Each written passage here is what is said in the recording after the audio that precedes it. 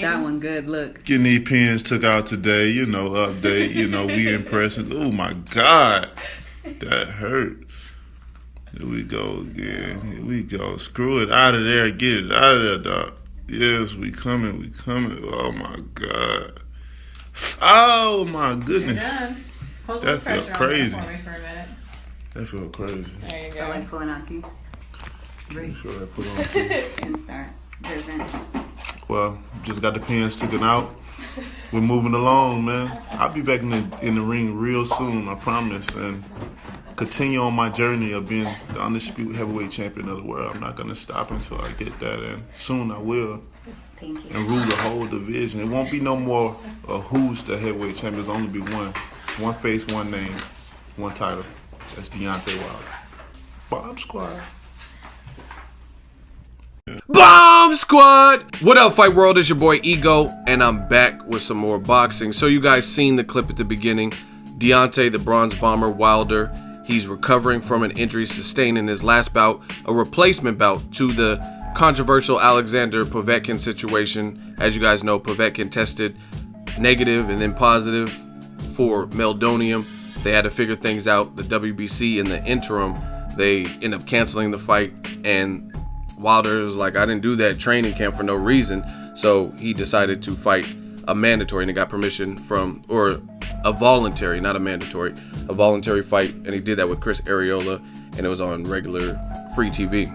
And Povetkin has since been okay to fight. They said it's inconclusive as to when he ingested it, and since it falls within the time period, since the drug was just banned in January 2016, they can't declare when he took it, if he was taking it before or after the ban. Therefore, he gets a pass. And I told you guys this example before.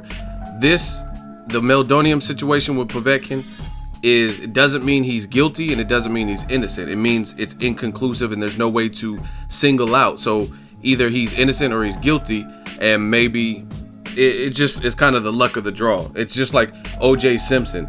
Does that mean because he was cleared of the charges and he didn't go to jail for it, does it mean he was absolutely innocent and he doesn't know what happened to his wife? He didn't hire someone to kill them, or he didn't kill them? It doesn't mean that. It means the jury didn't find enough damning evidence, or they couldn't actually pin it to him to the point where the charges stuck. So that's the Povetkin situation. Needless to say, it has nothing to do with Wilder.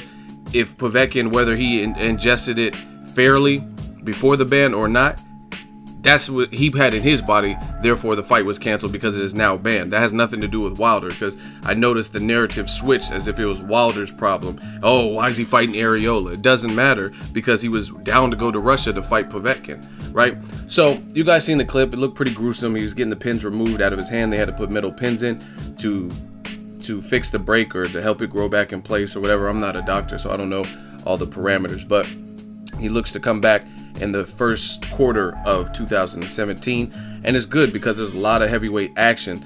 I did a video about it, but it was just announced that Vladimir Klitschko, Tyson Fury, Klitschko 2 will take place in October, the end of the month, and then also Anthony Joshua will be fighting in November. Both of those fights are taking place in Manchester, and as you guys know on my channel, I give credit where credit's due.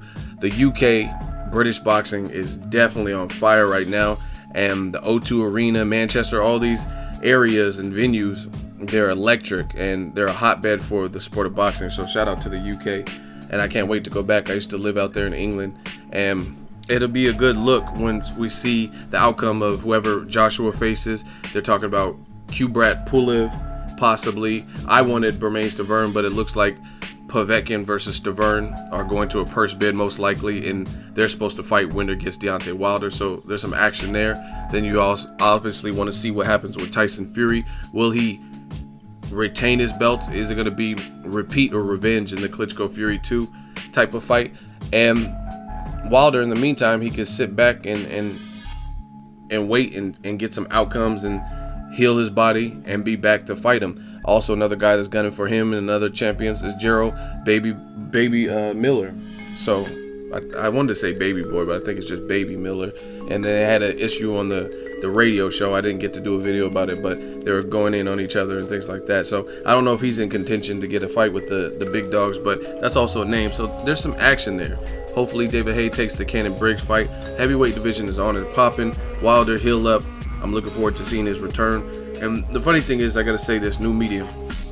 When you got a guy like, let's say, Floyd Mayweather, very technical, doesn't make too many mistakes, and even if he does make a mistake and gets caught by Pacquiao or Shane Mosley, he recovers well, he has a chin, and he makes sure they don't land those same punches in the same way again. He's a smart fighter, very high ring IQ, right? And people say, oh, I don't want to see a boring decision. That was weak and this and that, because he's so I'm not gonna say flawless, because every fighter has flaws, but his performances look pretty flawless, to the point where people with a lower skill set or IQ, they can't seem to penetrate the defense, pause, and do stuff like that. So my point being is, you look at the contrast. Wilder, not the most fundamentally or technically sound person. He was getting hit in the Spilka fight, very competitive, but what he does for all of his deficiencies in those areas, in terms of, he's very athletic, and he's a knockout artist, right? He's an entertainer. In the Arreola fight, I was enjoying it because he was dancing, and he started dancing and he ripped a nasty uppercut. Very big, very athletic dude. So I'm just showing you guys the double standard and the contrast. So you got to listen to what people say, really interpret it and analyze it. If you hate Floyd because his fights are boring and he's too technical, right? Then how could you hate Deontay Wilder, who is kind of opposite?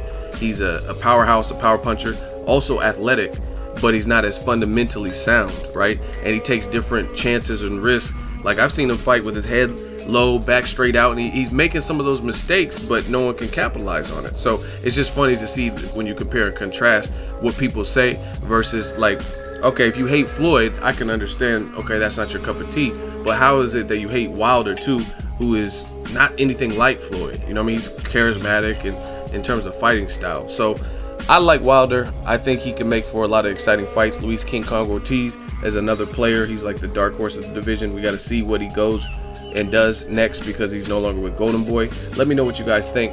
But shout out to Bomb Squad. Wish you a speedy recovery. Drop it in the comment section. Let me know what heavyweight bouts you're most looking forward to and what future ones. But I'm definitely going to be glued to the two to check out these heavyweight fights upcoming October, November, and such, just to see what's next, because this is going to really help shape 2017. And the heavyweight division might be the division in 2017. If they can get fights like Wilder versus Tyson Fury if he beats Klitschko, or Wilder versus Klitschko, or Wilder versus Anthony Joshua, Joseph Parker, if they can start getting some of these fights, I mean, these are good fights to put together, and I'm just leave it at that. Make sure you share the video, like the video. As always, hate, comment, and subscribe. Till next video, is Ego signing off. So if you enjoyed this video and want more content like this on the channel, you can show your appreciation by going to the PayPal donate button or the YouTube support button, and you can donate any amount that you feel is equivalent to the value of this video. Much more to come. Thank you guys for your support. Boxingego, the future of boxing.